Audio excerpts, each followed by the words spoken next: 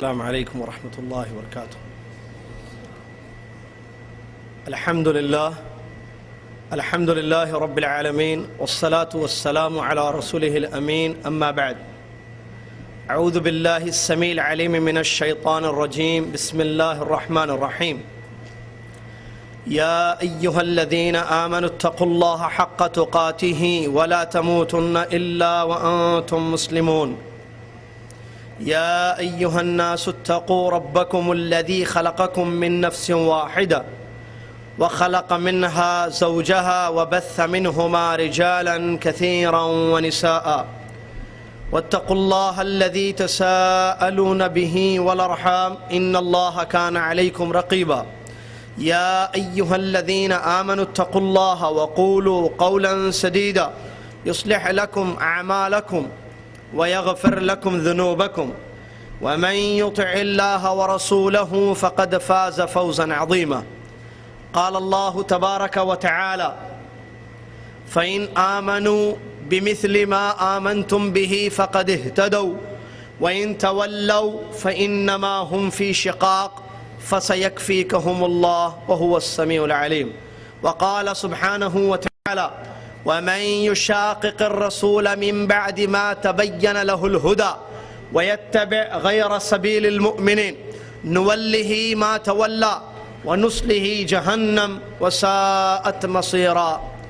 وقد صح الحديث عن النبي صلى الله عليه وسلم أنه قال: ستفترق أمتي على 73 فرقة كلها في النار إلا واحدة. قالوا: من هم يا رسول الله؟ قال رسول الله صلى الله عليه وسلم: هم ما أنا عليه اليوم وأصحابي. وفي رواية: هم الجماعة. وقال عبد الله بن مسعود رضي الله عنه: الجماعة ما وافق الحق وإن كنت وحدك. ذمہ داران پروگرام، معزز سامعین، برادران اسلام، سب سے پہلے اللہ تبارک و تعالیٰ کی تعریف اور حمد میں بیان کرتا ہوں جو رب العالمین ہے، احکم الحاکمین، الہ العالمین ہے، جس نے نہ صرف ہم کو پیدا کیا بلکہ ہماری زندگی کی ضروریات کو وہ مہیا کرتا چلا آ رہا ہے۔ آسمان سے ہمارے لیے بارش برساتا ہے، زمین سے ہمارے لیے اناج نکالتا ہے، سورج اور چاند، رات و دن وغیرہ، یہ سارے چیزیں انسان کے لیے اس نے پیدا کی، اور انسان کو اس لیے پیدا کیا تاکہ وہ اللہ کے دین کو پہچان کر اللہ کے ایک اور سچے دین پر ایمان لائے اور اس کے مطابق زندگی کرے، اس کے مطابق زندگی گزارے، اور ایک اللہ کی عبادت کرے، اس کے ساتھ کسی کو شریک نہ کرے۔ تو اللہ تعالیٰ کی جتنی تعریف کی جائے، اللہ کی نعمتوں پر جو بے شمار بے انتہا ہیں، لامحدود ہیں، تو اتنا ہی کم ہوگا۔ سبحان اللہ و بحمدہ سبحان اللہ العظیم۔ اس کے بعد بے پناہ بے حد و حساب درود و سلام ہو پیارے نبی محمد الرسول اللہ صلی اللہ علیہ وسلم کی ذات گرامی پر، کہ جن پر اللہ سبحانہ و تعالیٰ نے اپنا کلام مجید قرآن مجید کو نازل فرمایا، اور جنہوں نے قولی اور عملی طور پر اسلام کو پیش کیا اور اللہ تبارک و تعالیٰ کے کلام کی تفسیر فرمائی اور مکمل دین دنیا والوں کو دے گئے، اور اللہ تعالیٰ کی طرف سے جو ذمہ داری آپ پر سونپی گئی تھی اس کو بہتر احسن طریقے پر آپ نے انجام دیا۔ اللہم صلی علی محمد وعلی آل محمد کما صلیت علی ابراہیم وعلی آل ابراہیم انک حمید مجید۔ اللہم بارک علی محمد وعلی آل محمد کما بارکت علی ابراہیم وعلی آل ابراہیم انک حمید مجید۔ اس بہت ہی مختصر تعریف اللہ کی اور نبی علیہ السلام پر ایک مرتبہ درود بھیجنے کے بعد، معزز سامعین، جیسا کہ ابھی بھائی محمد عاقل نے آپ کے سامنے اس موضوع کی وضاحت کی اور اس کی اہمیت کو بیان کیا، موضوع میرا ہے اسلام کو کیسے سمجھیں۔ یہ وقت کا تقاضا ہے، بہت ہی زیادہ اہم ترین موضوع کہ جس کو سمجھایا جائے، جس کو سمجھا جائے، تاکہ اللہ کے دیے ہوئے دین کو، اللہ کے اتارے ہوئے دین کو، اپنے مذہب کو صحیح طریقے سے ہم سمجھیں اور اس پر عمل کریں۔ کیوں؟ یہ اس لیے بھی زیادہ ضروری ہے کہ آج دین کے نام پر بہت ساری جماعتیں ہیں۔ عقیدے کے باب کو لے لیں، اسلام نے جو عقیدہ پیش کیا، اسلام نے جو عقیدہ دیا، وہ عقیدہ آج دنیا کے سارے مسلمانوں کی زندگیوں میں نہیں پایا جاتا ہے، بلکہ عقائد میں بڑا اختلاف ہے۔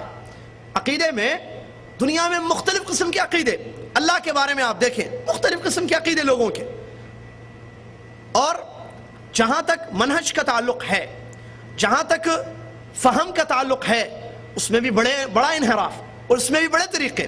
عمل کو دیکھ لیجیے آپ، اسلام نے عمل کرنے کا حکم دیا، نماز پڑھو، روزہ رکھو، زکوٰۃ دو، حج کرو، قربانی دو، صدقہ خیرات دو، اوامر ہیں اللہ تبارک و تعالیٰ کے۔ اس میں بھی بڑا اختلاف ہے، نماز ایک طریقے سے نہیں پڑھی جاتی ہے، روزہ ایک طریقے سے نہیں رکھا جاتا ہے، حج کا ایک طریقہ نہیں ہے مسلمانوں کا آج امت میں۔ اس کے علاوہ بھی دیکھیے، اخلاق میں دیکھ لیے، معاملات میں دیکھیے، کوئی بھی باب اٹھا کر، زندگی کا کوئی بھی شعبہ اٹھا کر دیکھیں، اسلام نے جو تعلیم دی، اسلام نے جو منہج عطا کیا، اسلام نے جو طریقہ عطا کیا، آج پوری دنیا کے مسلمان اس طریقے پر نہیں ہیں۔ اور یہ اب سے نہیں ہے، آج کی بات نہیں ہے، بلکہ بہت پہلے تابعین کے دور کے بعد عقائد میں اختلاف، مناہج میں اختلاف، مناہج میں انحراف شروع ہو گیا۔ تو اور آج بھی ہو رہا ہے، آج بھی نئے نئے قسم کے عقیدے، نئے نئے قسم کا منہج لوگوں نے اپنایا ہوا ہے اسلام کا نام لے کر، اور سب کہتے ہیں ہم مسلمان ہیں، سب اللہ اور اس کے رسول کو ماننے والے ہیں۔ بات غور طلب ہے، توجہ چاہتا ہوں، آج کا میرا جو موضوع ہے انتہائی اہم ترین موضوع ہے۔ اگر آپ سمجھیں گے، اور اللہ سے دعا ہے کہ اللہ مجھ کو سمجھانے کی توفیق عطا فرمائے اور آپ کو سمجھ کر اٹھنے کی توفیق عطا فرمائے، آمین۔ اگر میں نے آپ نے اس موضوع کو سمجھ لیا تو آپ یہ سمجھ لیں کہ اصل اسلام آپ نے سمجھ لیا ہے، اصل دین آپ نے سمجھ لیا ہے، اور اس پر عمل کرنا انشاءاللہ بڑا آسان ہو جائے گا۔ آج اس موضوع کو نہیں سمجھنے کی وجہ سے یا نہیں سمجھانے کی وجہ سے لوگوں کے عقائد میں بگاڑ، لوگوں کے مناہج میں انحراف اور اعمال میں خرابیاں پیدا ہو چکی ہیں۔ اسلام ہے، قرآن و حدیث کا سب دھم برتے ہیں، سارے لوگ ایک اللہ کو ماننے والے، مسلمانوں کی بات میں کر رہا ہوں، مسلمان اللہ کو مانتا ہے، مسلمان اللہ کے نبی محمد صلی اللہ علیہ وسلم کو مانتا ہے، لیکن کیا بات ہے، عقیدہ وہ نہیں ہے جو اسلام نے دیا، منہج وہ نہیں ہے جو اسلام نے دیا۔ کیوں؟ اس لیے کہ اس نے اس اہم پوائنٹ کو نہیں سمجھا جو آج کا ہمارا موضوع ہے۔ برادران اسلام، ہم سب اس بات سے اچھی طریقے سے واقف ہیں کہ اللہ تبارک و تعالیٰ کا جو دین ہے سچا، وہ کیا ہے؟ اسلام۔ ان الدین عند اللہ الاسلام۔ اللہ تعالیٰ فرماتا ہے بے شک دین اللہ کے پاس اسلام ہے۔ معلوم ہوا ایک ہی دین اللہ کا ہے، وہ روح اسلام۔ دوسری آیت اللہ تعالیٰ فرماتا ہے وَمَن يَبْتَغِي غَيْرَ الْإِسْلَامِ دِينًا فَلَن يُقْبَلَ مِنْهُ وَهُوَ فِي الْآخِرَةِ مِنَ الْخَاسِرِينَ۔ اللہ تبارک و تعالیٰ اس آیت میں فرماتا ہے جو اللہ کے اس دین اسلام کو چھوڑ کر کوئی اور دین اپناتا ہے، تو ظاہر بات ہے جب دین اپنائے گا عمل بھی کرے گا، اللہ کے قریب جانے کی کوشش کرے گا، اعمال کرے گا، انجام دے گا۔ اللہ تبارک و تعالیٰ فرماتا ہے فَلَن يُقْبَلَ مِنْهُ، ہرگز اس کا کوئی عمل قبول نہیں کیا جائے گا۔ کس کا؟ جس نے اسلام کو چھوڑ کر کسی اور دین کو اختیار کیا اور وہ عمل کر رہا ہے، تو اس کا کوئی عمل اللہ سبحانہ و تعالیٰ کے یہاں قبول نہیں کیا جائے گا، اور آخرت میں اس کا نقصان یہ وَهُوَ فِي الْآخِرَةِ مِنَ الْخَاسِرِينَ۔ اللہ فرماتا ہے کہ آخرت میں، دوسری دنیا میں، وہ نقصان اٹھانے والوں میں سے ہو جائے گا۔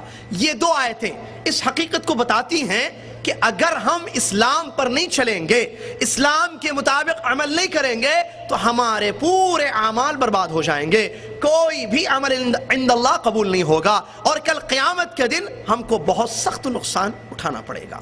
برادران اسلام، بات سمجھ میں آ گئی، اسلام پر ہی عمل کرنا ضروری ہے۔ آج اسلام پر کن کن طریقوں سے عمل کیا جاتا ہے آپ جانتے ہیں، کتنی جماعت اسلام کے نام پر، آج ہی نہیں پہلے بھی رہی ہیں، فرقے آئے اسلام کے نام پر، جماعتیں آئی ہیں اسلام کے نام پر۔ کیا وجہ ہے؟ کیا وہ لوگ قرآن کو نہیں مانتے ہیں؟ کیا آج کے مسلمان جن کے عقائد میں اختلاف ہے، کیا وہ اللہ کی کتاب پر ایمان نہیں رکھتے ہیں؟ کیا وہ نبی صلی اللہ علیہ وسلم کو نہیں مانتے ہیں؟ کیا حدیثوں کو نہیں مانتے ہیں؟ پھر کیا بات ہے؟ آپ پوچھئے، اٹھائیے کتابیں، اسلام میں نئے فرقے آئے، خوارج آئے، جہمیہ آئے، معتزلہ آئے، اشاعرہ آئے، ماتوریدیہ آئے. یہ فرقے ہیں عقیدے کے باب میں، منہج کے باب میں. کیا وہ لوگ اللہ کو نہیں مانتے تھے؟ مانتے تھے. کیا وہ لوگ حدیثوں کو نہیں مانتے تھے؟ نبی علیہ الصلوۃ والسلام کی حدیثوں کو مانتے تھے. آج دیکھیے آپ، جو لوگ شرک کرتے ہیں، شرک اکبر، جو لوگ شرک اصغر، جن کی زندگیوں میں بدعات ہیں، کوئی عمل ایسا نہیں ہے کہ جس میں بدعات نہ ہو، جن کی نماز سنت کے خلاف ہے، جن کا روزہ سنت کے خلاف، جن کی ساری عبادتیں پیارے نبی صلی اللہ علیہ وسلم کے طریقے سے ہٹی ہوئی ہیں، کیا وہ لوگ قرآن و حدیث کو نہیں مانتے ہیں؟ کیا وہ قرآن و حدیث کے منکر ہیں؟ نہیں، مانتے ہیں، قرآن و حدیث کو مانتے ہیں. پھر کیا بات ہے؟ پھر وجہ کیا ہے؟ اسلام نام ہے ان دو چیزوں کا، یہ سب جانتے ہیں، اللہ کی کتاب، نبی محمد صلی اللہ علیہ وسلم کی سنت. اور ایک بات عام طور پر بتائی بھی جاتی ہے کہ دیکھو اسلام دو چیزوں کا نام ہے، قرآن اور حدیث. اور بہت سن چکے ہیں، ہم بچپن سے سنتے آئے، آپ نے بھی بڑا سنا ہوگا، اسلام نام ہے دو چیزوں کا، اسلام نام ہے دو چیزوں کا، اللہ کی کتاب قرآن، نبی محمد صلی اللہ علیہ وسلم کی حدیث. اور وہ مشہور حدیث عام طور پر پیش کی جاتی ہے جس میں نبی علیہ الصلوۃ والسلام نے فرمایا، اے میری امتیو، میں تمہارے درمیان دو چیزیں چھوڑ کر جا رہا ہوں، تم جب تک ان دونوں چیزوں کو تھامے رکھو گے کبھی ہرگز گمراہ نہیں ہوگے. ایک اللہ کی کتاب اور دوسری میری سنت. مجھے آپ ذرا بتائیے، کون ہے ایسا مسلمان جو اللہ کی کتاب کو نہیں مانتا ہے؟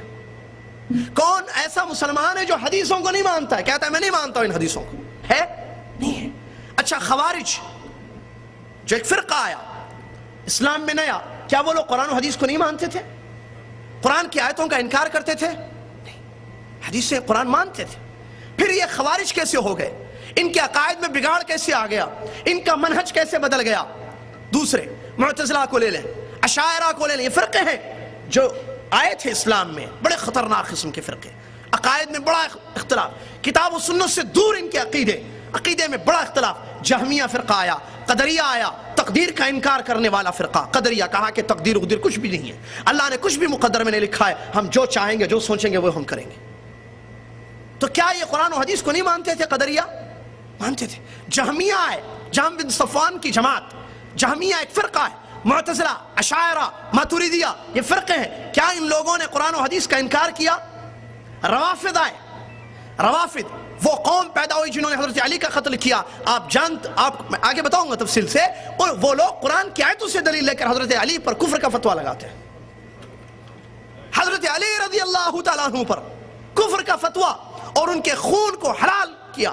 کہا کہ نہیں، تمہارا خون بہانا ضروری ہے، تم کافر ہو. عثمان کے قاتل، کیا وہ کتاب و سنت کو نہیں مانتے تھے؟ مانتے ہیں. آج جو شرک اکبر کرتے ہیں، شرک اکبر کی داعی ہیں، شرک کی طرف لوگوں کو، امت کو دعوت دیتے ہیں، آپ کو تعجب ہوگا، قرآن کی آیتوں سے دلیل لیتے ہیں، حدیثوں سے دلیل لیتے ہیں. تو پھر مسئلہ کہاں ہے؟ وہ لوگ جو دم بھرتے ہیں علی کی محبت کا، اہل بیت کی محبت کا، وہ لوگ حدیثوں سے دلیل لیتے ہیں. وہ حدیثیں جس میں حضرت علی کی فضیلت آئی ہے، قرآن کی آیتوں سے دلیل. آج بدعات کرنے والے، خرافات کرنے والے، دیکھیے کیسے عوام کو بھٹکاتے ہیں قرآن اور حدیث کا نام لے کر، اسلام کا نام لے کر. تو یہاں بات ایک ضروری سمجھ میں آتی ہے کہ بھائی پھر بات سب قرآن و حدیث کی کرتے ہیں، سب قرآن و حدیث کی طرف دعوت دینے والے لوگ ہیں. تو پھر یہ بگاڑ کہاں سے آ گیا؟ اس کی وجہ کیا ہے؟ عقائد میں بگاڑ، منہج میں بگاڑ، طریقہ نہیں ہے، عبادات سنت کے مطابق نہیں ہے، اخلاق معاملات سنت سے دور ہے.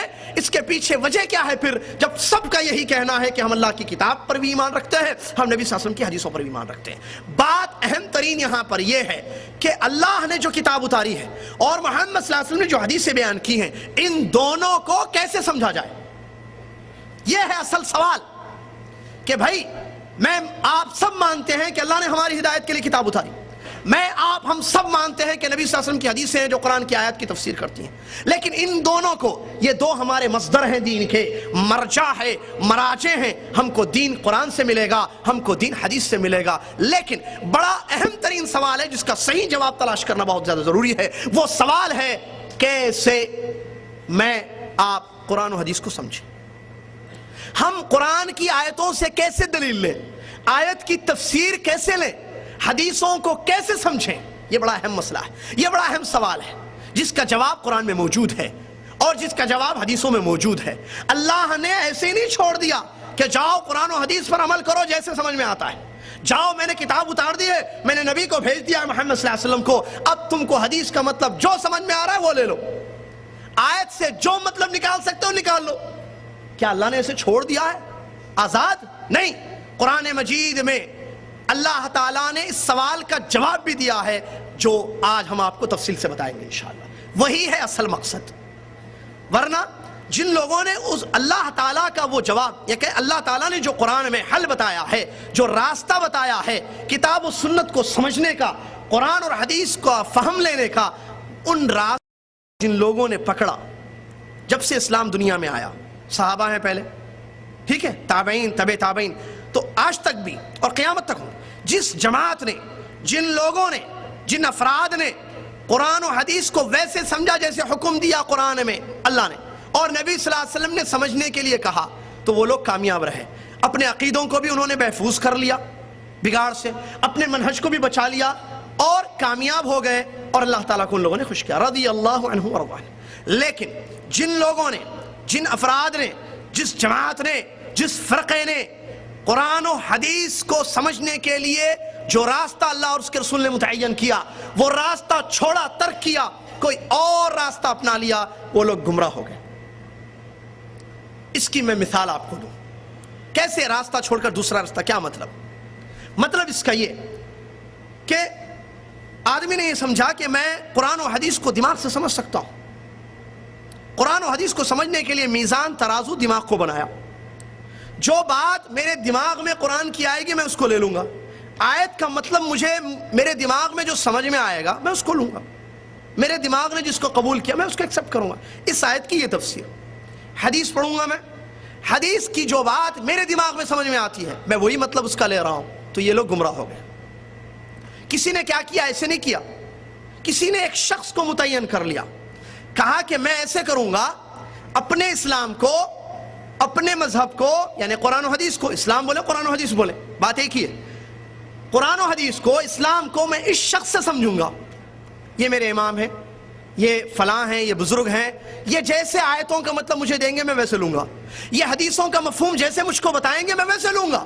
وہ بھی گمراہ ہو گئے، وہ بھی گمراہ ہو گئے، کیونکہ یہ قرآن و حدیث کا حل نہیں ہے۔ قرآن و حدیث آگے آ رہی بات دلیلوں کی روشنی میں کہ کیسے ہم سمجھے قرآن و حدیث کو۔ تو ان لوگوں نے امام کو متعین کر لیا، یا کسی عالم کو، علامہ کو، شخص کو، کسی بزرگ کو متعین کر لیا، ہم اس سے دین کو سمجھیں گے، وہ جیسے ہم کو سمجھائے گا، آیت کا جو مطلب ہم کو دے گا وہ ہم لیں گے، حدیث کا جو مفہوم وہ دے گا ہم وہ مفہوم لیں گے۔ تو یہ لوگ بھی گمراہ ہو گئے۔ کسی نے کیا کیا جو آج بھی ہمارے پاس ہے، میجورٹی کو سامنے رکھا، وہ کام کرتے ہیں، دنیا میں مسلمان بہت سارے ہیں، ہم یہ دیکھیں گے کہ آیتوں کو اکثر مسلمان کیسے سمجھ رہے ہیں، حدیثوں کو اکثر مسلمان کیسے سمجھ رہے ہیں، ہم بھی ویسے سمجھیں گے، مطلب میجورٹی کو فالو کریں گے، اکثریت کو فالو کریں گے۔ یہ لوگ بھی گمراہ ہو گئے، کیوں؟ کیونکہ اللہ تعالیٰ نے قرآن میں بیان کیا اپنے نبی محمد صلی اللہ علیہ وسلم کو، وَلَئِنِ اتَّبَعْتَ أَكْثَرَ مَنْ فِي الْأَرْضِ يُضِلُّكَ عَنْ سَبِيلِ اللَّهِ، اے نبی محمد صلی اللہ علیہ وسلم، اگر آپ زمین کے اکثر لوگوں کو فالو کریں گے تو وہ لوگ آپ کو گمراہ کر دیں گے۔ اکثریت دلیل نہیں ہے۔ تو اب مسئلہ یہ ہے کہ پھر کیسے ہم قرآن و حدیث کو سمجھیں؟ یہ لوگ گمراہ ہو گئے، جس کی مثالیں آگے بھی آ رہی ہیں تفصیل سے، مثالوں کے ساتھ۔ اللہ تعالیٰ نے قرآن میں اس کا جواب دیا ہے، اس سوال کا، اس اہم سوال کا کہ قرآن و حدیث کو، جو ہمارا دین ہے، اسلام ہے، آپ اسلام بولیں یا قرآن و حدیث بولیں، اسلام کو کیسے سمجھیں، قرآن کا مطلب کیسے لیں، حدیث کا مطلب کیسے لیں، اس کا جواب قرآن میں اور حدیث میں موجود ہے۔ پہلی آیت اللہ تبارک و تعالیٰ، سورہ بقرہ کی آیت، اللہ تبارک و تعالیٰ ارشاد فرماتا ہے فَإِنْ آمَنُوا بِمِثْلِ مَا آمَنْتُمْ بِهِ فَقَدِ اهْتَدَوْا وَإِنْ تَوَلَّوْا فَإِنَّمَا هُمْ فِي شِقَاقٍ فَسَيَكْفِيكَهُمُ اللَّهُ وَهُوَ السَّمِيعُ الْعَلِيمُ۔ توجہ ضروری ہے تاکہ بات سمجھ میں آئے، توجہ نہیں ہوگی بات سمجھ میں نہیں آئے گی۔ سمجھانا میرا کام، سمجھنا آپ کا کام ہے۔ اللہ سے دعا ہے اللہ مجھے مکمل موضوع کو سمجھانے کی توفیق عطا فرمائے۔ آپ کے لیے اللہ سے دعا کرتا ہوں کہ اللہ تعالیٰ آپ کو پورا موضوع سمجھنے کی توفیق عطا فرمائے، آمین۔ برادران اسلام، پہلی آیت سورہ بقرہ کی، غور کیجیے آیت پر۔ اللہ تبارک و تعالیٰ فرماتا ہے فَإِنْ آمَنُوا بِمِثْلِ مَا آمَنْتُمْ بِهِ فَقَدِ اهْتَدَوْا وَإِنْ تَوَلَّوْا فَإِنَّمَا هُمْ فِي شِقَاقٍ فَسَيَكْفِيكَهُمُ اللَّهُ۔ آج ہم بڑھ گئے نا، وَاعْتَصِمُوا بِحَبْلِ اللَّهِ جَمِيعًا وَلَا تَفَرَّقُوا پر عمل نہیں ہے ہمارا. اللہ کی رسی کو مضبوطی سے ہم نے نہیں تھاما، فرقوں میں بڑھ گئے، جماعتوں میں بڑھ گئے. اللہ ایک، رسول ایک، کعبہ ایک، کتاب ایک، دین ایک، عقیدہ ایک، منہج ایک، لیکن ہم ایک نہیں ہیں. کیوں؟ اس کا بھی جواب اسی میں ہے کہ ہم نے قرآن و حدیث کو الگ الگ طریقوں سے سمجھنا شروع کر لیا، جس کی وجہ سے آج امت مسلمہ جو ایک تھی محمد صلی اللہ علیہ وسلم کے زمانے میں، صحابہ ایک تھے، عقیدہ ایک تھا، منہج ایک تھا، کوئی جماعتیں نہیں، کوئی فرقے نہیں تھے. فرقے کیوں بنے؟ اس میں جواب ہے. انہوں نے قرآن و حدیث کو ویسے نہیں سمجھا جیسے اللہ نے حکم دیا. کیا ہے اللہ کا حکم؟ کیا ہے اللہ تعالیٰ کا فرمان؟ اللہ تعالیٰ فرماتا ہے فَإِنْ آمَنُوا، اگر وہ لوگ ویسے ایمان لائیں گے جیسے تم ایمان لاتے ہو تو وہ لوگ ہدایت پر ہوں گے. اگر وہ لوگ تمہارے جیسے ایمان نہیں لائیں گے، فَإِنْ آمَنُوا بِمِثْلِ مَا آمَنْتُمْ بِهِ فَقَدْ وَإِنْ تَوَلَّوْا، اگر وہ منہ پھیر کر چلے جائیں گے، تمہارے مثل ایمان نہیں لائیں گے، کیا ہوگا؟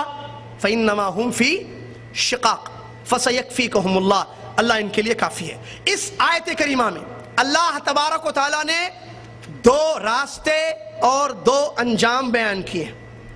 آیت کے شروع میں ایک راستہ اور اس کا انجام، دوسرے آیت کے دوسرے حصے میں دوسرا راستہ اور انجام اس کا. بہت پوائنٹ کیا، دو راستے اور دو انجام. راستے کس چیز کے؟ دین کو سمجھنے کے لیے، ایمان لانے کے لیے، اسلام کو سمجھنے کے لیے راستے. اللہ تعالیٰ نے کہا فَإِنْ آمَنُوا، اگر لوگ ویسے ایمان لائیں گے، ویسے دین کو سمجھیں گے، ویسے اسلام کو سمجھیں گے جیسے تم نے سمجھا ہے. یہ تم کون ہے؟ یہ آیت اتری نا، کب اتری؟ کس کے زمانے میں؟ صحابہ اکرام رضی اللہ عنہم کے اجمعین کے زمانے میں اتری. اللہ ان سے خطاب کر رہا ہے بِمِثْلِ مَا آمَنْتُمْ، مثل جیسے، like you، جیسے اے صحابہ تم نے ایمان لائے ہو.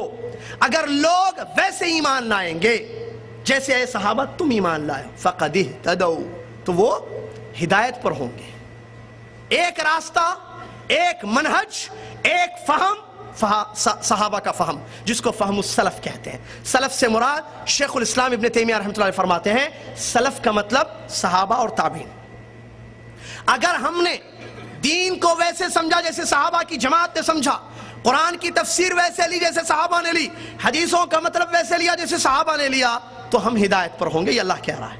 وہ ہدایت جس کو مانگتا ہے ہر مسلمان روزانہ نماز میں، روزانہ ہر رکعت میں جماعت کے ساتھ ہو یا پیچھے پڑھے. صحیح قول یہ ہے کہ جماعت کے ساتھ امام کے پیچھے بھی وہی پڑھنا ہے، سورہ فاتحہ تنہائی میں بھی پڑھنا ہے، اکیلی نماز بھی ہو. کیا مانگتے ہیں؟ اللہ تعالیٰ کی تعریف اور اس کی بزرگی بیان کرنے کے بعد اہدنا الصراط المستقیم، سیدھا راستہ دکھا اللہ. سیدھے راستے کے لیے یہ منہج اپنانا ضروری ہے، صحابہ کا فہم لینا ضروری ہے، صحابہ کے جیسے دین کو، اسلام کو، کتاب و سنت کو سمجھنا ضروری ہے تاکہ ہدایت ہو. یہ کون کہہ رہا؟ اللہ تعالیٰ سورہ بقرہ کی آیت فَإِنْ آمَنُوا بِمِثْلِ مَا آمَنْتُمْ بِهِ فَقَدِ اهْتَدَوْا. اگر ایمان ویسے ہوگا جیسے تمہارا ہے صحابہ ایمان ہے تو پھر وہ ہدایت پر ہوں گے. اگر راستہ چھوڑا تمہارا صحابہ کا، وَإِنْ تَوَلَّوْا، اگر منہ موڑ کر چلے گئے، راستہ چھوڑا، صحابہ کا فہم چھوڑا، صحابہ کا عقیدہ چھوڑا، قرآن کی تفسیر ویسے نہیں لی جیسے صحابہ نے لی، حدیثوں کو ویسے نہیں سمجھا جیسے صحابہ نے سمجھا، تو کیا ہوگا؟ فَإِنَّمَا هُمْ فِي شِقَاقٍ. اللہ کہتا ہے کوئی شک نہیں ہے کہ وہ پھر جماعتوں میں، ٹولیوں میں، فرقوں میں بٹ جائیں گے. کیا ہے انجام آج؟ دیکھیے دوسرا راستہ کیا ہے؟ نبی صلی اللہ علیہ وسلم کے صحابہ کو چھوڑ کر کسی اور طریقے سے، یا تو دماغ سے سمجھے، یا تو میجورٹی سے سمجھے، یا تو کسی ایک شخص کو متعین کر کے دین کو سمجھے، کتاب و سنت کو. تو اللہ تعالیٰ اس کا انجام بتا رہا ہے فَإِنَّمَا هُمْ فِي شِقَاقٍ. اس کا انجام یہ ہوگا صحابہ کے عقیدے کو چھوڑنے کا، کتاب و سنت کو صحابہ کے طریقے سے نہیں سمجھیں گے. اس کا انجام یہ ہوگا فَإِنَّمَا هُمْ فِي شِقَاقٍ، ٹولیوں میں، جماعتوں میں، فرقوں میں بٹ جائیں گے. اسلام ایک ہے، کتنی آج جماعتیں، یہ بھی مسلمان، وہ بھی مسلمان، وہ بھی مسلمان. یہ بھی کہتا ہے میں قرآن و حدیث کو ماننے والا، میں اللہ اور اس کے رسول پر ایمان لانے والا. وہ بھی کہتا ہے اس کا عقیدہ الگ ہے، اس کا عقیدہ الگ ہے. یہ کہتا ہے اللہ عرش پر ہے، وہ کہتا ہے اللہ ہر جگہ موجود ہے. وہ کہتا ہے نہیں اللہ صرف پاک جگہ پر رہتا ہے. وہ کہتا ہے نہیں اللہ ہمارے دلوں میں رہتا ہے. کیا ہے ایک اللہ کے بارے میں اتنے عقیدے؟ منہج صحابہ کا چھوڑا. رسول اللہ صلی اللہ علیہ وسلم کے بارے میں دیکھیے الگ الگ، کوئی کہتا حیاتی ہے، کوئی کہتا حیات ہے، کوئی کہتا نہیں وفات پا چکے ہیں، قبر میں زندہ ہیں، کوئی کہتا قبر میں زندہ ہے، کوئی کہتا نہیں ہر جگہ زندہ ہیں، جہاں چاہے آتے رہتے ہیں، جہاں چاہے حاضر ہوتے رہتے ہیں، آپ صرف درود پڑھ لیے آ جائیں گے. کوئی کہتا ہے وہ مشکل کشا ہیں، وہ فلاں فلاں جگہ آتے ہیں، پریشانیاں دور کر دے، بس تم دل سے یاد کرو. کیا ہے یہ عقیدے؟ پھر نماز کو لے لیے، طہارت لے لیجئے، زکوٰۃ، عمرہ، شادی بیاہ، معاملات، لین دین، ایوری تھنگ اسلام کی لوگوں نے صحابہ کے منہج کو چھوڑا. الگ الگ عقیدے, یہ کہتا یہ حلال ہے, یہ کہتا یہ حرام ہے, یہ کہتا جائز ہے, یہ کہتا نہیں جائز ہے. سود, ہاں آپ انڈیا میں رہتے ہو, دارالکفر میں ہو, لہٰذا آپ کے لیے حلال ہے. کوئی کہتا نہیں حرام ہے, کوئی کہتا نہیں ٹھیک ہے یہ چیز غلط ہے. نبی علیہ السلام کی پیدائش پر کوئی کہتا میلاد منانا چاہیے, خوشی کا موقع ہے, پیارے وسلم دنیا میں نور لے کر آئے. کوئی میلاد منا رہا ہے, کوئی انکار کر رہا ہے. کتنی جماعتیں, کتنے فرقے, یہ وجہ کیا ہے اس کی؟ کیا قرآن و حدیث کو چھوڑ دیا ان لوگوں نے؟ نہیں, یہ مت سمجھیں آپ پوائنٹ, پھنس جائیں گے. ورنہ وہ یہ نہیں کہتا کہ میں نہیں مانتا قرآن کو, آگے مثالیں بھی آ رہی. قرآن اور حدیث کو ماننے والے قوم ہیں یہ سب مسلمان. وہ جو شرک اکبر کرتا ہے, جو مزار پر جا کر پیشانی کو پٹکتا ہے, سجدہ کرتا ہے غیر اللہ کا, لا حول ولا قوت, وہ کہتا ہے میں اللہ اور اس کے رسول کو مانتا ہوں, روتا ہے نبی صلی اللہ علیہ وسلم کی محبت میں, داڑھی بھیگ جاتی ہے اس کی, لیکن وہ مزار پر سجدہ کر رہا ہے. نبی علیہ السلام کی قبر کا طواف کرتا ہے چھپ چھپ کر اندر. ہم نے دیکھا جامعہ اسلامیہ پڑھنے کے دوران. یہ کیا کتاب و سنت کو نہیں مانتا ہے؟ مانتا ہے. پھر وجہ کیا ہے؟ گڑبڑ کہاں ہے؟ پرابلم کہاں ہے؟ پرابلم سمجھنے میں ہے, پرابلم طریقے میں ہے, پرابلم منہج میں ہے. قرآن و حدیث کو بے شک تو مانتا ہے, لیکن قرآن و حدیث کو کیسے تو سمجھتا ہے میرے بھائی؟ صحابہ کے جیسے سمجھتا ہے؟ نہیں. اسی لیے اللہ نے کہا کہ اگر تم صحابہ کا منہج چھوڑو گے, ٹولیوں میں بٹ جاؤ گے, جماعتیں الگ الگ ہو جائیں گی تمہاری. فی شقاق, شقاق کہتے ہیں اختلاف, الگ الگ ٹولیاں جماعت. فَسَيَكْفِيكَهُمُ اللَّهُ, قیامت کے دن اللہ تعالیٰ ان کا بدلہ دے گا. فَسَيَكْفِيكَهُمُ اللَّهُ, اللہ ان کے لیے کافی ہے, اللہ سننے والا اور جاننے والا ہے. یہ آیت میں جواب ہے. پہلی دلیل, 3 آیتیں دلیل میں پیش کروں گا انشاءاللہ. یہ پہلی آیت ہے جس میں اس سوال کا جواب ہے کہ ہم یا دنیا کا ہر مسلمان کتاب و سنت کو کیسے سمجھے, قرآن کا مطلب کیسے لے, نبی علیہ السلام کی حدیث کا مطلب کیسے لے. اس میں جواب دیا گیا مثل صحابہ اکرام کی جماعت نے جیسے سمجھا ہے کتاب و سنت کو. اللہ کہہ رہا ہے اگر ہدایت چاہتے ہو تو ویسے سمجھو, تم کو ہدایت میں دوں گا. واضح. دوسری دلیل سورہ توبہ کی تقریباً آیت ہے. اللہ تبارک و تعالیٰ فرماتا ہے وَمَن يُشَاقِقِ الرَّسُولَ مِن بَعْدِ مَا تَبَيَّنَ لَهُ الْهُدَى وَيَتَّبِعْ غَيْرَ سَبِيلِ الْمُؤْمِنِينَ نُوَلِّهِ مَا تَوَلَّى وَنُصْلِهِ جَهَنَّمَ وَسَاءَتْ مَصِيرًا. اللہ اکبر. اللہ تعالیٰ فرماتا ہے جو شخص رسول اللہ صلی اللہ علیہ وسلم کی مخالفت کرے گا کا راستہ واضح ہو جانے کے بعد, جو رسول اللہ صلی اللہ علیہ وسلم کی مخالفت کرے گا ہدایت کا راستہ واضح ہو جانے کے بعد, ایک. اور دوسرا وَيَتَّبِعْ غَيْرَ سَبِيلِ الْمُؤْمِنِينَ, اور مومنوں کے راستے کو چھوڑے گا.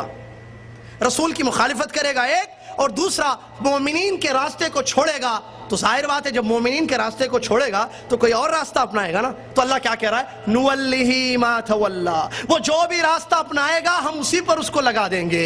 وَنُصْلِهِ جَهَنَّمْ, قیامت کے دن جہنم کی آگ میں اس کو داخل کریں گے. وَسَاءَتْ مَصِيرًا, اور کیا ہی برا ٹھکانہ ہے جہنم. اور کیجئے آیت پر, کیا ہے یہ آیت؟ آیت میں اللہ تعالیٰ 2 باتیں کہہ رہا ہے. اگر کسی نے 2 کام کیے, پہلا کام رسول اللہ صلی اللہ علیہ وسلم کی مخالفت, کب؟ دین واضح ہو جانے, ہدایت کا راستہ واضح ہو جانے کے بعد, تو اس کو بتانا ضروری ہے. ہمارے پاس فتوے ہیں نا, تو حدیث کا منکر, تیری نماز نہیں, تیرے پیچھے میری نماز نہیں, تو کافر, تو فلاں. کیا اس کو سمجھایا گیا رسول کا راستہ؟ نبی علیہ السلام کی حدیثیں سمجھائی گئی اس کو.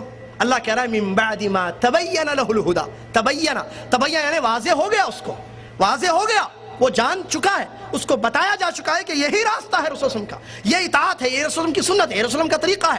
لیکن اس کے باوجود مخالفت کرتا ہے. ٹھیک ہے, مخالفت کرتا ہے ایک. دوسرا, مومنین کے راستے کو چھوڑ کر کوئی اور راستہ اپناتا ہے. مومنین کون بھائی یہاں پر؟ یہ کون مومنین ہیں یہاں پر؟ صحابہ. کیونکہ اس زمانے میں مومنین کون؟ صحابہ. تو جو صحابہ, سبیل المومنین, فہم السلف, سبیل المومنین, منہج صحابہ. اللہ کہہ رہا ہے جو صحابہ کے راستے کو چھوڑتا ہے, مخالفت رسول ایک, صحابہ کا راستہ چھوڑنا دو. جب ظاہر بات ہے ایک شخص صحیح راستے کو چھوڑے تو کوئی اور راستہ اپنائے گا نا, وہ جسے دماغ سے سمجھے گا دین کو, یا میجورٹی سے سمجھے گا, یا امام صاحب سے سمجھے گا, یا کچھ لوگوں سے باپ دادا کے طریقے سے سمجھے گا دین کو. ہمارے دادا نے ایسی دین کو سمجھا تھا, میں بھی ایسی سمجھ رہا ہوں, ابا بھی ایسی سمجھتے, میں بھی ایسی, میری اولاد کو بھی ویسی سمجھاؤں گا, ہے نا.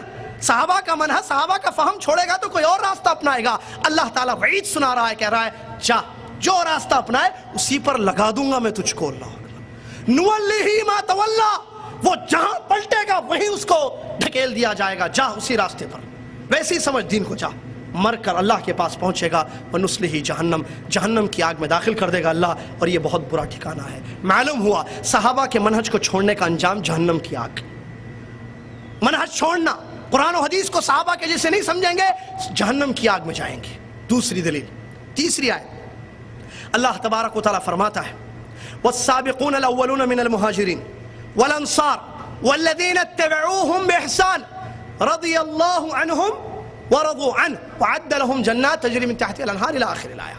اللہ سبحانہ وتعالیٰ اس آیت میں فرماتا ہے، توجہ چاہتا ہوں، کہتا ہے اللہ تعالیٰ پہلے سبقت لے جانے والے لوگ مومنین، مہاجرین میں سے پہلے ایمان لانے والے لوگ مہاجرین، والانصار دوسرے انصار، اور جن لوگوں نے ان کی اچھے طریقے سے پیروی کی۔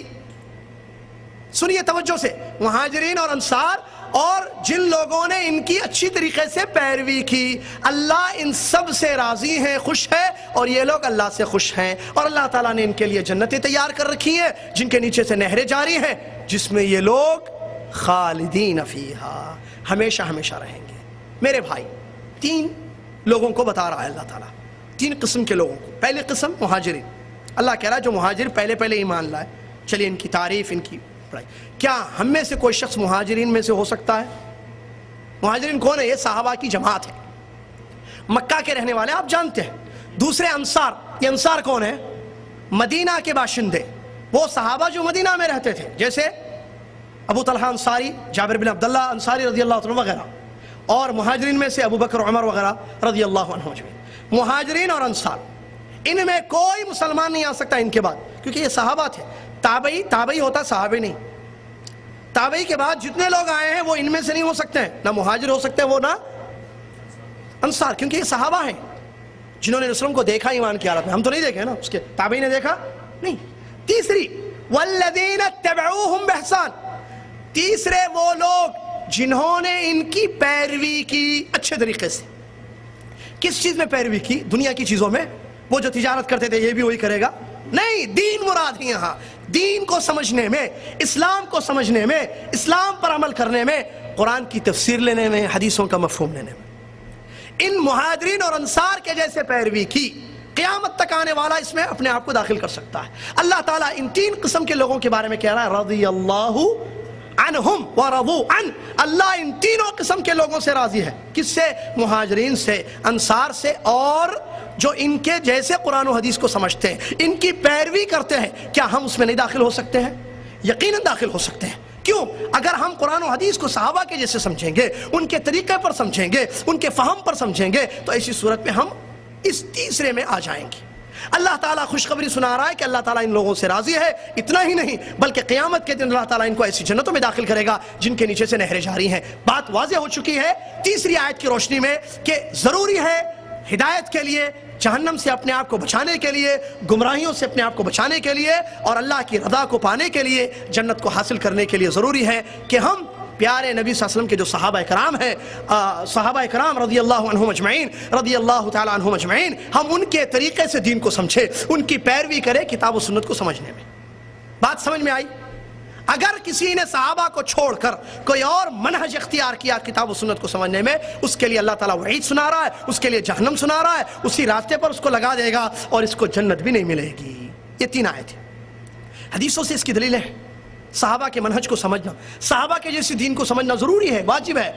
اللہ کے نبی صلی اللہ علیہ وسلم کی مشہور حدیث بارہا آپ نے سنی ہوگی، لیکن ضرورت ہے اس کو سمجھنے کی اور اس پر غور کرنے کی۔ کیا ہے حدیث؟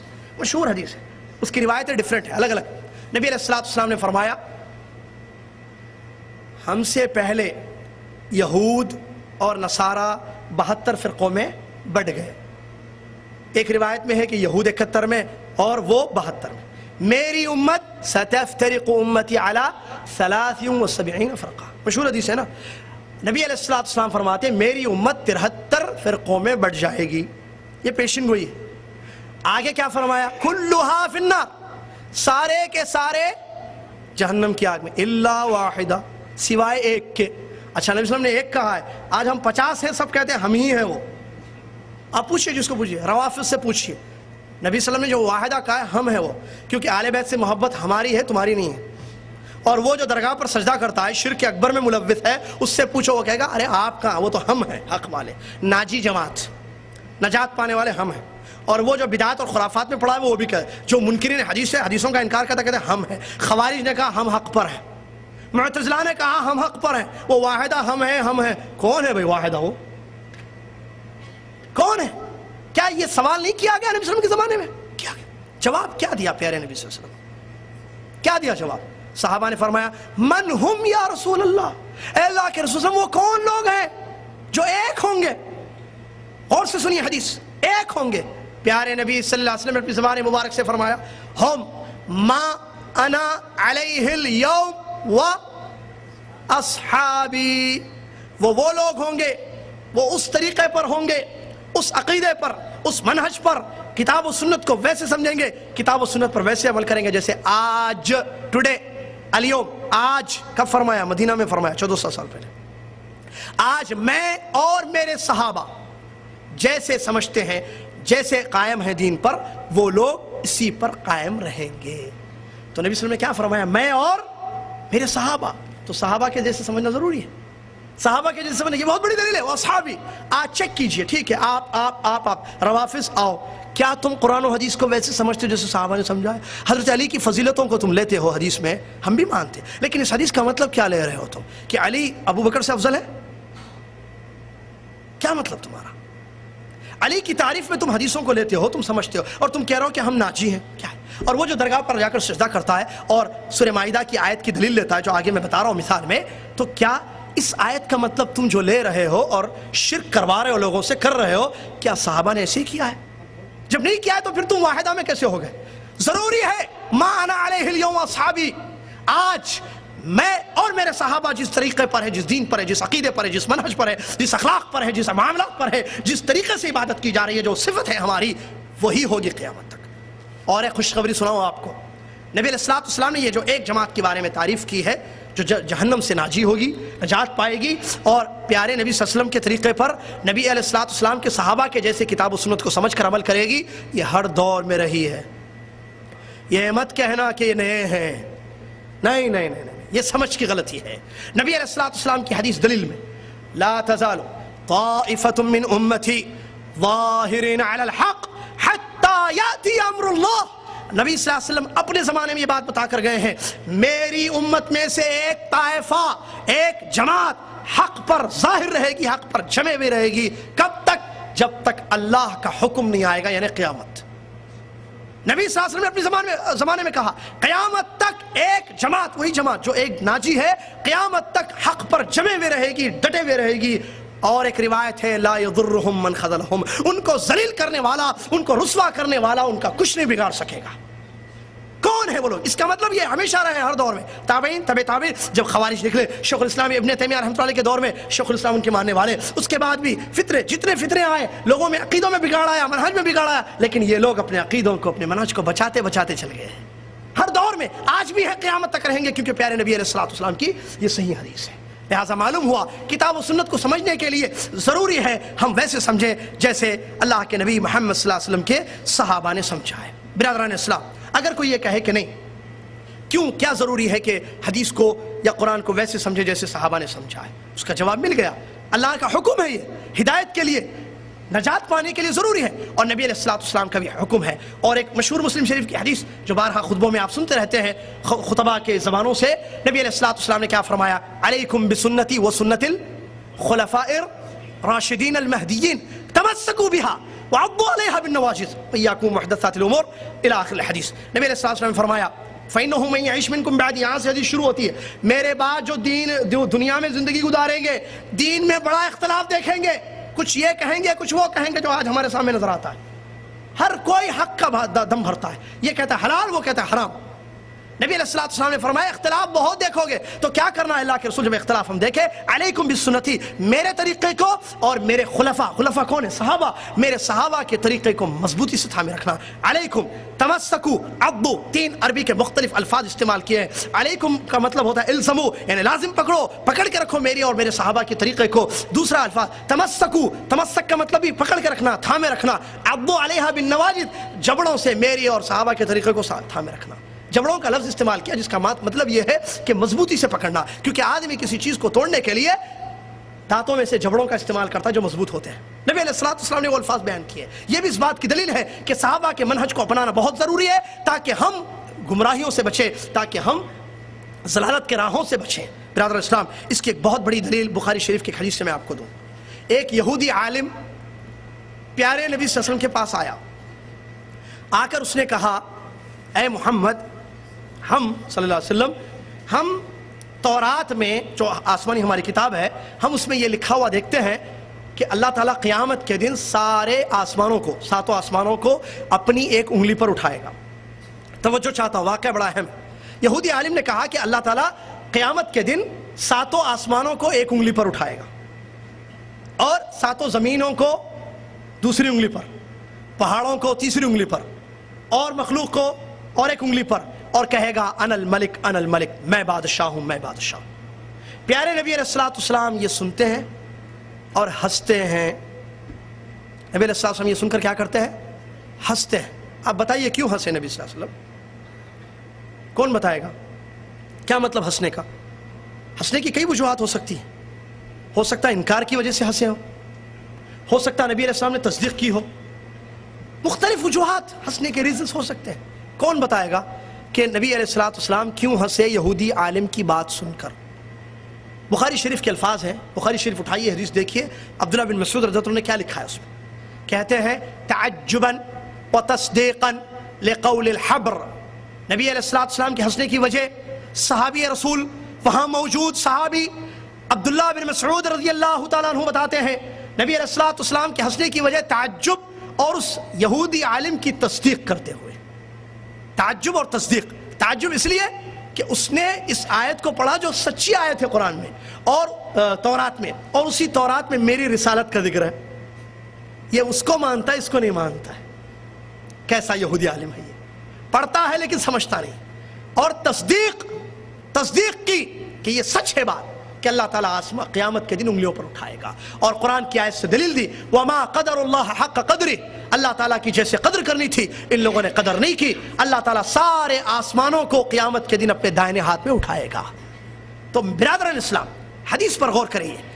جن لوگوں نے صحابہ کا منہج لیا، صحابہ کے جیسے کتاب و سنت کو سمجھا، ان لوگوں نے کہا کہ بھئی ہنسنے کی وجہ ابن مسعود بتاتے ہیں، خود صحابی جو زیادہ سمجھتے وہاں موجود تھے اس وقت جب حدیث بتائی گئی ہے، اور وہ وجہ ہے تعجب اور تصدیق۔ جن لوگوں نے صحابہ کا منہج نہیں لیا، دماغ سے حدیث کو، دین کو سمجھنے کی کوشش کی، ان لوگوں نے کہا نبی علیہ السلام اس لیے ہنسے ہوں گے کہ انکار کیا ہوگا یہ کیسا پاگل یہودی ہے، کہتا ہے کہ اللہ تعالیٰ کی انگلیاں ہیں، اللہ تعالیٰ انگلیوں پر اٹھائے گا آسمانوں کو زمینوں کو۔ دیکھ رہے ہیں ایک ہی حدیث، منہج کا بگاڑ، عقیدے کا بگاڑ ہے۔ انگلیوں کو نہیں مانتے ہیں، اللہ کی انگلیاں نہیں ہیں، جبکہ قرآن و حدیث سے بات ثابت ہے۔ تو صحابہ کے جیسے حدیث کو سمجھنا، قرآن کو سمجھنا ضروری ہے تاکہ ہم گمراہیوں سے اپنے آپ کو بچا سکے، ورنہ اس حدیث کا مطلب کیا سمجھا جائے گا؟ اس کی ایک چھوٹی مثال، یہ تو حدیث سے میں نے دلیل دی جس سے واضح طور پر سمجھ میں آ رہا ہے کہ قرآن کی آیتیں جب اتری اور نبی علیہ السلام کی حدیث جب بیان کی گئی، وہاں صحابہ کی جماعت موجود تھی، اور ضروری ہے کہ ان کے جیسے ہم دین سمجھے تاکہ اپنے آپ کو گمراہی سے بچا لیں، ورنہ ہم کو گمراہی سے بچانے والا کوئی نہیں ہوگا، ہم گمراہ ہو جائیں گے۔ ابن مسعود سمجھاتے ہیں لیا ہم کو بات سمجھ میں آتی ہے، ورنہ کیسے ہم سمجھیں گے؟ اس کی ایک اور ایک مثال علماء کرام نے سمجھنے کے لیے دی ہے۔ اگر اس مسجد میں، اس کمپاؤنڈ کی اس مسجد میں ہم اور آپ بیٹھے ہوئے ہیں، میں یا آپ کوئی مذاق سے ایک بات کہتے ہیں آج کی تاریخ میں، یا ایک آدمی دوسرے آدمی سے کہتا ہے چلو جی تم کو باہر میں دیکھ لوں، مذاق میں بات ہو رہی ہے، تم باہر نکلنا میں تم کو باہر دیکھ لوں، ہو گئی بات۔ آج سے 1 سال کے بعد اس مسجد میں کچھ لوگ بیٹھتے ہیں، کہتے ہیں بھائی اس مسجد میں آج سے 1 سال پہلے زید نے عمر سے کہا تھا کہ باہر نکلو میں دیکھ لوں گا تم کو۔ اب کیا مطلب اس کا؟ وہ مارے گا باہر نکلنے کا، یا اس نے دوست سے مذاق کیا تھا ایسے ہی؟ یہ کون بتائیں گے؟ اس مسجد میں موجود آپ لوگ جو آج موجود ہیں۔ 1 سال بعد آنے والا کیسے بتائے گا کہ کیا مطلب ہے اس کا، اس جملے کا، زید کے جملے کا؟ سمجھ رہے بات کو؟ لہذا ضروری ہے کہ صحابہ کے جیسے قرآن و حدیث کو سمجھنا۔ اس کے علاوہ علماء کرام دین دیتے ہیں، دلیلیں بتاتے ہیں کہ دیکھو یہ اہل التنزیل ہیں، نبی علیہ السلام کی حدیثیں، اور آپ علیہ السلام پر قرآن کا نزول کس کے زمانے میں ہوا؟ کس کے زمانے میں؟ صحابہ کی موجودگی میں آیتیں اترتی تھیں، وہ نبی علیہ السلام سے آیتوں کو سنتے تھے، اس کی تفسیر کو سمجھتے تھے، لہٰذا وہ ہم سے زیادہ جانتے ہیں آیت کا مفہوم کیا ہے، آیت کا مطلب کیا ہے۔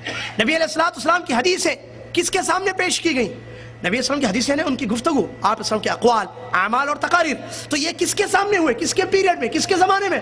صحابہ کے، لہٰذا they know better than us، وہ ہم سے زیادہ جانتے ہیں، ان کو معلوم ہے کہ یہ حدیث نبی صلی اللہ علیہ وسلم نے کس لیے بتائی ہے، یہ حدیث کا مطلب کیا ہے، تو وہ ہم سے زیادہ سمجھتے ہیں، اس لیے کہ وہ اہل التنزیل ہے، یعنی ان کے زمانے میں دین اسلام نازل ہوا، اترا۔ دوسری وجہ علماء بتاتے ہیں، اور ایک دلیل اس کی ہے کہ صحابہ اکرام شاگرد ہیں محمد الرسول اللہ صلی اللہ علیہ وسلم، میں نہیں ہوں شاگرد نبی صلی اللہ علیہ وسلم کا، آپ ہیں، آج کا مولوی ہے، بتائیے مجھے، اور میں ذرا اندر کی بات ایک باہر نکال رہا ہوں، سنیے غور سے۔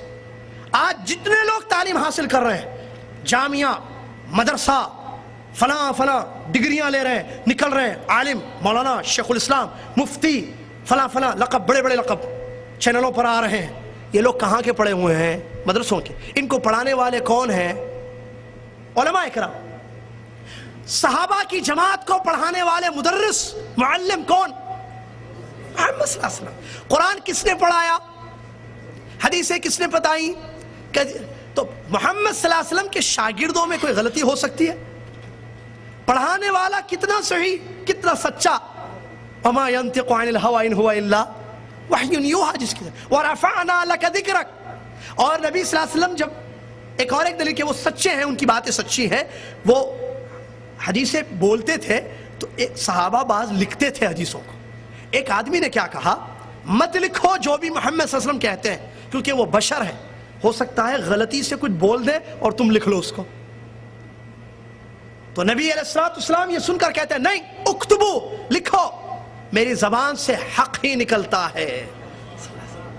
یہ ہے معلم، یہ ہے ٹیچر، یہ ہے مدرس، کس کے؟ صحابہ کے۔ تو کیسے کوئی تصور کر سکتا ہے کہ صحابہ کی تعلیم غلط ہو سکتی ہے؟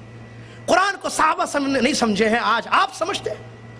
آج آیتوں سے وہ دلیلیں بیوقوف کم بخت انسان نکالتا ہے، امت کو گمراہ کر رہا ہے، صحابہ نے وہ نہیں سمجھا، پیارے نبی علیہ السلام ان کے معلم، انہوں نے نہیں سمجھا۔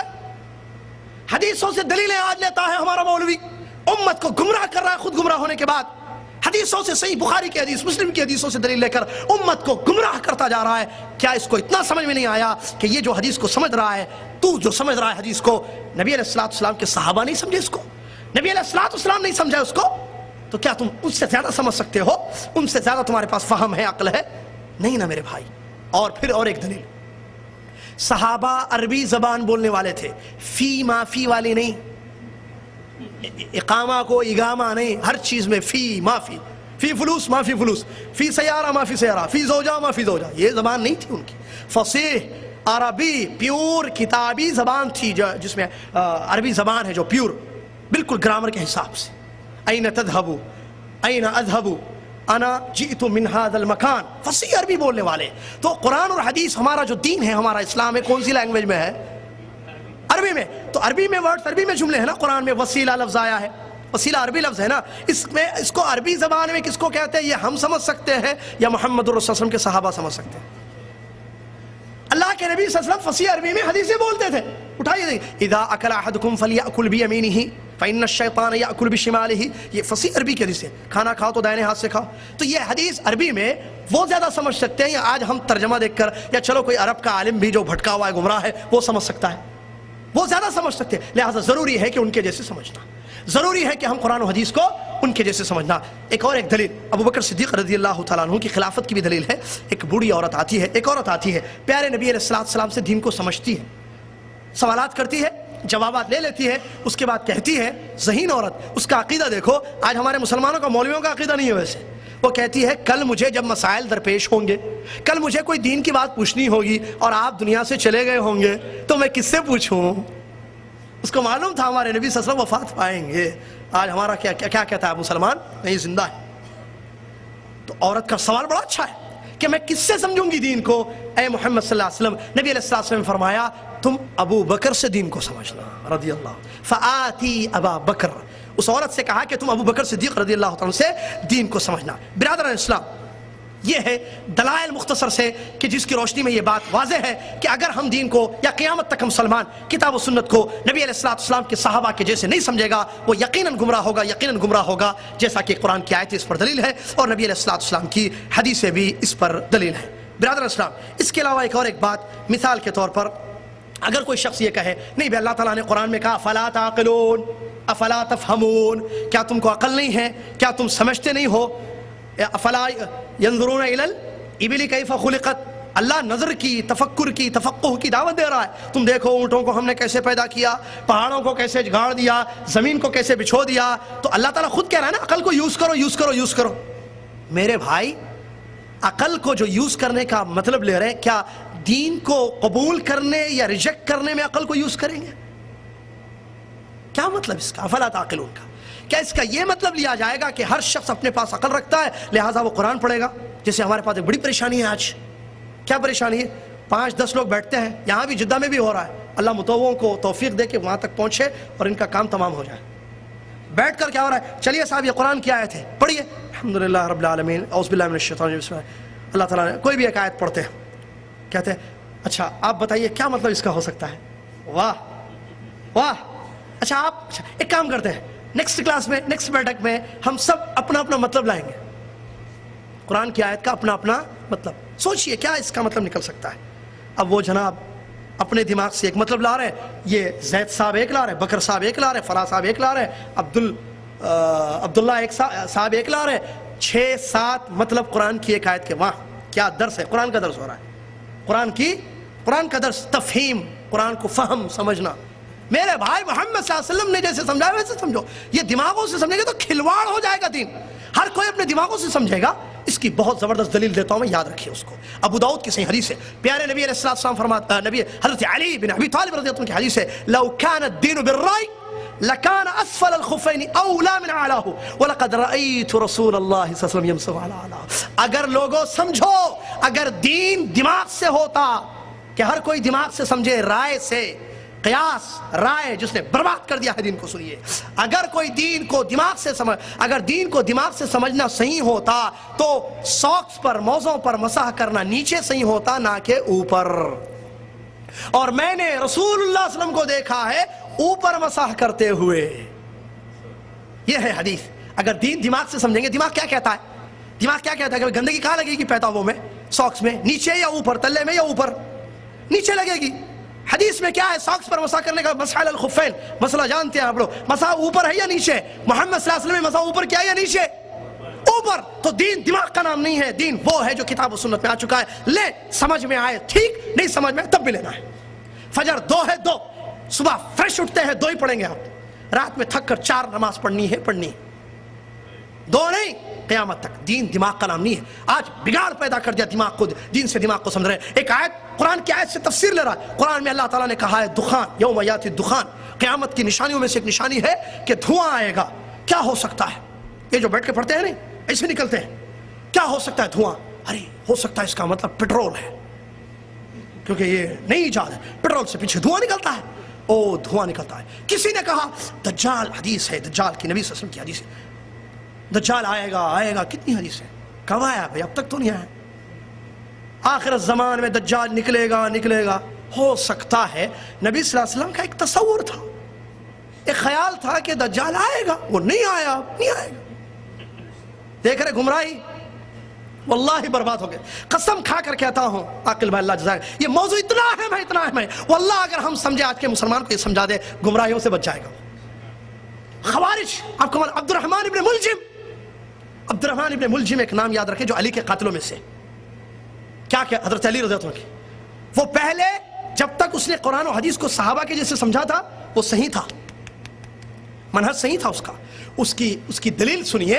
عمر ابن خطاب رضی اللہ تعالیٰ عنہ نے اس کو بھیجا قرآن کا درس دینے کے لیے یا دین کی تعلیم دینے کے لیے ایک علاقے میں، اور اپنے والی کو یہ لیٹر لکھا کہ سنو اے والی، وہاں کا جو ذمہ دار تھا، میں تمہارے پاس ایک ایسے شخص کو بھیج رہا ہوں جس کا نام عبد الرحمن ابن ملجم ہے. یہ آنا، یہ آثرتہ علی نفسی. عمر ابن خطاب رضی اللہ عنہ کے الفاظ ہے، کہتے ہیں میں اس کو اپنے آپ پر ترجیح دیتا ہوں، یہ مجھ سے اچھا ہے.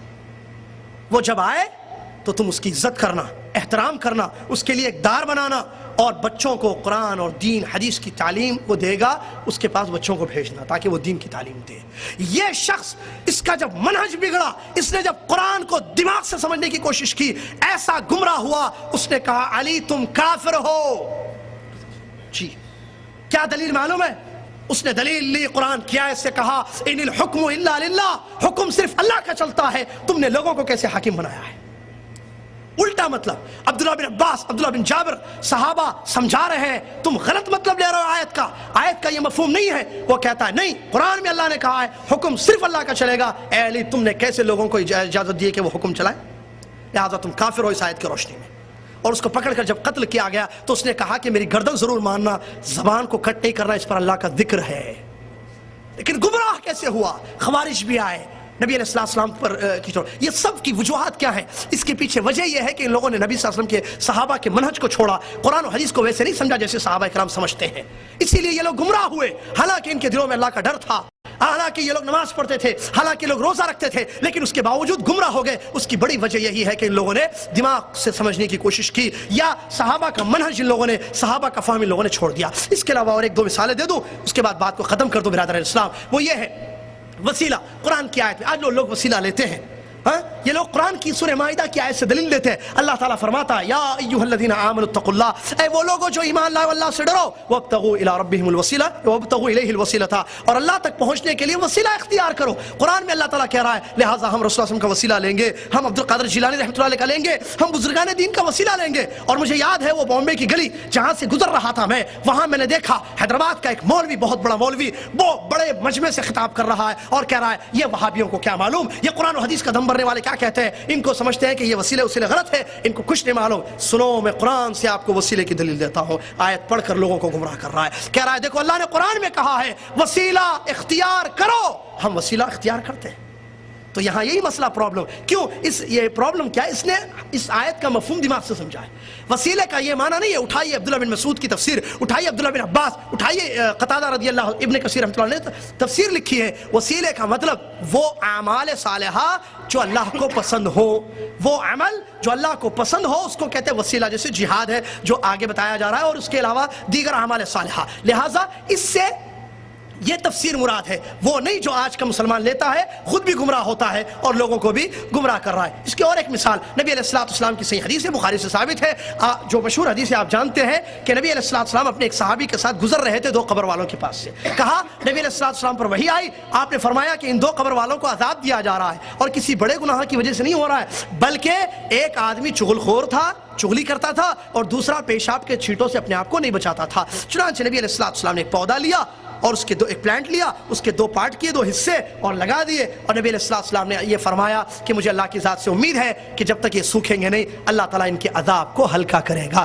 اس حدیث کو صحابہ پورے جانتے تھے، لیکن کسی نے پھول نہیں چڑھایا قبروں پر۔ لیکن آج کا مولوی، آج کا آدمی، آج کا مسلمان اپنے دماغ سے کہیں یا کسی امام کی سمجھ سے اس حدیث کا مطلب یہ لیتا ہے کہ قبر کے عذاب سے اپنے مردوں کو بچانے کے لیے پھول چڑھاؤ پر، آج وہ پھول چڑھا رہا ہے۔ میرے بھائی ذرا ٹھہرنے کی ضرورت ہے، کیا تم یہ جو سمجھ لے ہو حدیث کو، یہ ابو بکر سمجھے ہیں، عمر، عثمان، علی رضی اللہ عنہ مجمعین یا دیگر صحابہ اکرام نے سمجھائے؟ کیا انہوں نے پھول چڑھائے؟ نہیں۔ تب انہوں نے نہیں سمجھائے تو تم کہاں سے اس حدیث کا یہ مطلب سمجھ رہے ہو؟ لہٰذا بہت زیادہ ضروری ہے، یہی پوائنٹ ہے، نقطہ کہ جہاں پر آ کر منہج میں فرق آ جاتا ہے، ایک صحیح منہج، باقی غلط منہج۔ جنہوں نے قرآن و حدیث کو صحابہ کے جیسے سمجھا وہ یقیناً کامیاب ہوں گے، یقیناً ان کی زندگیاں، ان کے اعمال، ان کے عقیدے بالکل کتاب و سنت کی روشنی میں ہوں گے، اور کوئی ان کو ذلیل رسوا نہیں کر سکے گا یا مٹا نہیں سکے گا۔ جن لوگوں نے صحابہ کے منہج کو چھوڑ کر کوئی اور مناہج اختیار کیے ہیں، آپ دیکھیں کیسے کیسے منہج، اللہ جزائے خیر دے۔ کل شیخ اربانی حفظہ اللہ ہمارے دعویٰ سینٹر میں منکرین حدیث کا ایک فتنہ بتا رہے تھے، اور ان پر اچھا خاصا اللہ جزائے خیر دے انہوں نے رد کیا ہے۔ یہ منکرین حدیث کا فتنہ کیا ہے؟ یہ قرآن کو دماغ سے سمجھتے ہیں۔ عذاب قبر کا کوئی انکار کر رہا ہے حدیثوں کا، کہتا ہے قرآن میں اللہ تعالیٰ نے کہا ہے کہ میں تم کو ڈبل عذاب نہیں دوں گا، ایک مرتبہ عذاب چکاؤں گا، لہٰذا جب جہنم کا عذاب پکا ہے تو پھر قبر کا عذاب کہاں سے آ گیا؟ انکار حدیث کا۔ بھئی یہ تم آیت کا مطلب کہ اللہ ڈبل نہیں چڑھائے گا یہ دماغ سے سمجھ رہے ہو؟ کیا نبی علیہ السلام کے صحابہ نے اس کو سمجھایا اسے؟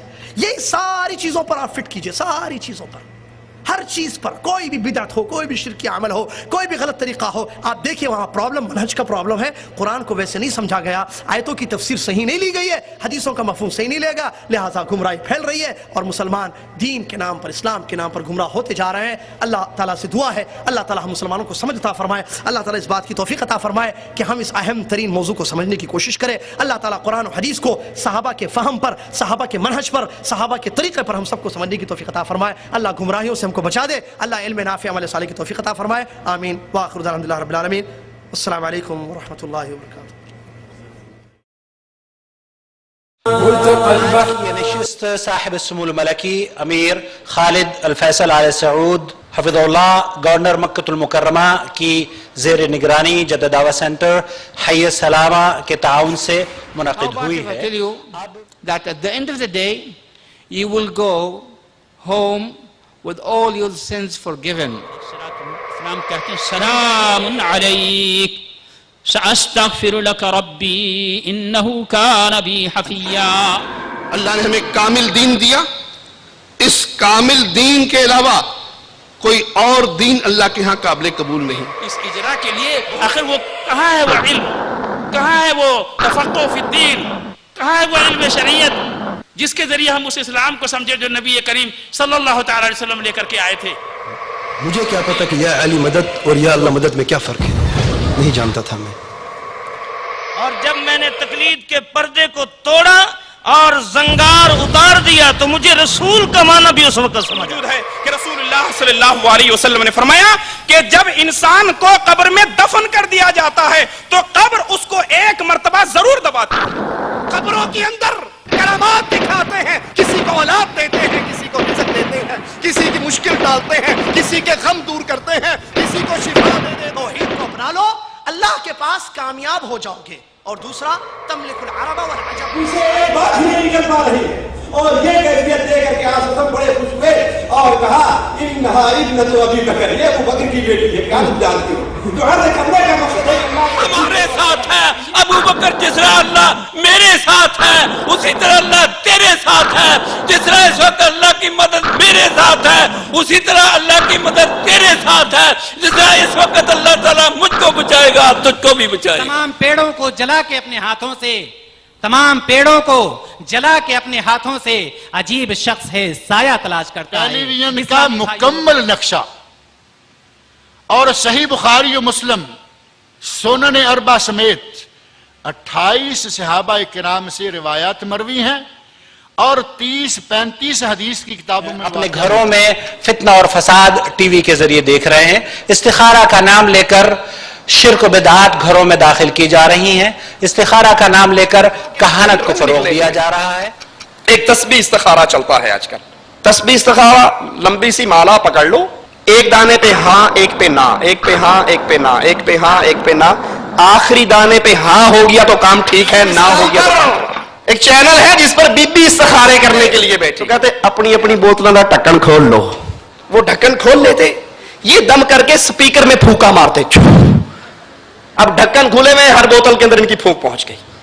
معاملہ زمانہ ترقی کر رہا ہے تو وہ پیر پھونکے شاہ سے اب باقاعدہ چینل کے اوپر پھونکے چلتے ہیں. جیسے مردود اور بدباطن جیسی شخصیتوں کو بھی دیکھ رہے ہیں. تسلیمہ نسرین اور فاطمہ نسرین اور اسی طرح کچھ دنوں پہلے ڈنمارک کی جو ہے صحافت اور اس کی تحریروں اور اس کے بنائے ہوئے رذیل حرکتوں کو بھی آپ نے اپنے نگاہوں سے مشاہدہ کیا اور آپ نے دیکھا کہ کس طرح علیہ الشمس یوم الجمعہ فیہ خلق آدم وفیہ ادخل الجنہ وفیہ اخرج منها